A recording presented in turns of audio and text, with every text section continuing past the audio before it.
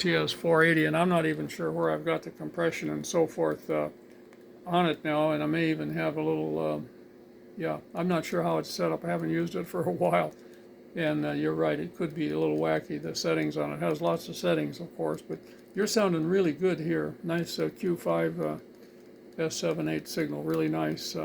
Ed, go ahead.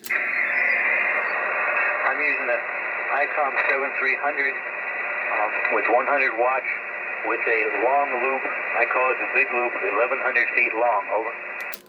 1,100 feet. Wow, tell me a little about how you built that thing. You must be out in the country. We're using a two-element beam here at the moment. It's a multi-band antenna, but it's two elements on this band, but it's not quite pointed your direction. Over.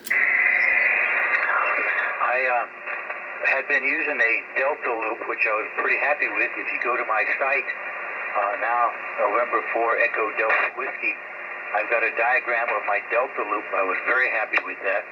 I also have a compass rose showing many of the stations, at least the directions I talked to, with fairly good signals. And I got the idea that I couldn't really talk to the Pacific areas with the delta